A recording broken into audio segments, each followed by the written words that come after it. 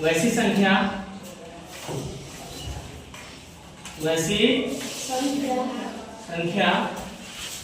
जो भिन्न p बटा q के रूप में रहता है, रूप में है ना, तथा p और q क्या हो, p और q कोई पूर्णांक हो, कोई क्या हो, पूर्णांक हो, जहां q बराबर है ना 0, जहां c बराबर 0 नहीं हो, तो उसे क्या कहेंगे, तो उसे सर्वैश्विक संख्या कहते हैं। ठीक है ना। अब ध्यान देगा, जैसे ध्यान देगा, मान लो 2/3 है, 4/5 है, 6/10, ये सब क्या है, ये सब क्या है, परिमेय संख्या। 0 भी क्या है, 0 भी क्या है, 0 भी परिमेय संख्या है, क्योंकि 0 का हम 1/2 लिख सकते हैं, यानी p बटा q के रूप में। तो दिक्कत किसी को? और ध्यान रखना, भिन्न बराबर क्या होता है, भिन्न बराबर होता है अंश बटा, है ना, अंश बटा अंश बटा। और ध्यान रखना, परिमेय संख्या होने के लिए, परिमेय संख्या होने के लिए, है ना, परिमेय संख्या होने के लिए हर का मान 0 नहीं हो, हर का मान 0 है ना, नहीं होना चाहिए, नहीं होना चाहिए। ठीक है, चलो फटाफट नोट करो। कर दिया?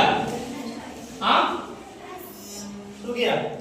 परिमेय संख्या का एक और परिभाषा लिखा देते हैं, दोनों में से जो याद रहे उसको याद कर लेना। ठीक है, तो ध्यान देगा, वैसी संख्या है ना, जिसका वर्गमूल ठीक ज्ञात किया जा सके, वर्गमूल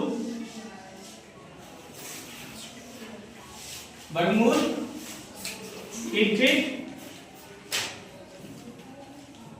ज्ञात किया जा सके, तो उसे क्या करते हैं, तो उसे परिमेय संख्या कहते हैं, परिमेय संख्या कहते हैं। समझाए ना, यानी जिसका वर्गमूल ठीक ज्ञात हो जाए उसको क्या कहेंगे, परिमेय संख्या कहेंगे। अब जैसे हम देखो, √1 का वर्गमूल कितना होगा, 1 होगा ना, तो √4 का 2, √100 का 10, √130 का कितना होगा, 11। 100 का वर्गमूल निकल रहा है ना, तो क्या हो जाएगा, ये क्या हो जाएगा, ये परिमेय संख्या हो जाएगा। और ध्यान रखना, देखो 0 वाला तो 0/1 तो हो जाएगा परिमेय संख्या, ठीक ना, 0/1 परिमेय संख्या होगा। क्यों? क्योंकि इसमें अंश का मान कितना है, 0 है। क्या बोले थे, हर का मान 0 नहीं होना चाहिए। अगर वहीं पे 1/0 लिख देंगे ये परिमेय संख्या होगा नहीं होगा, सो बताओ, नहीं होगा। क्यों होगा, क्यों नहीं होगा, ये क्या हो जाएगा, ये हो जाएगा अपरिभाषित। क्या हो जाएगा, अपरिभाषित। इसको ध्यान रखना, ध्यान रखिएगा, ये अपरिभाषित का चिन्ह है। ठीक है, अब ध्यान दो, उल्टा हो जाएगा, उल्टा क्या होगा, जिसका वर्गमूल ठीक ज्ञात नहीं हो, लिखेंगे वैसी संख्या जिसका वर्गमूल ठीक ज्ञात नहीं किया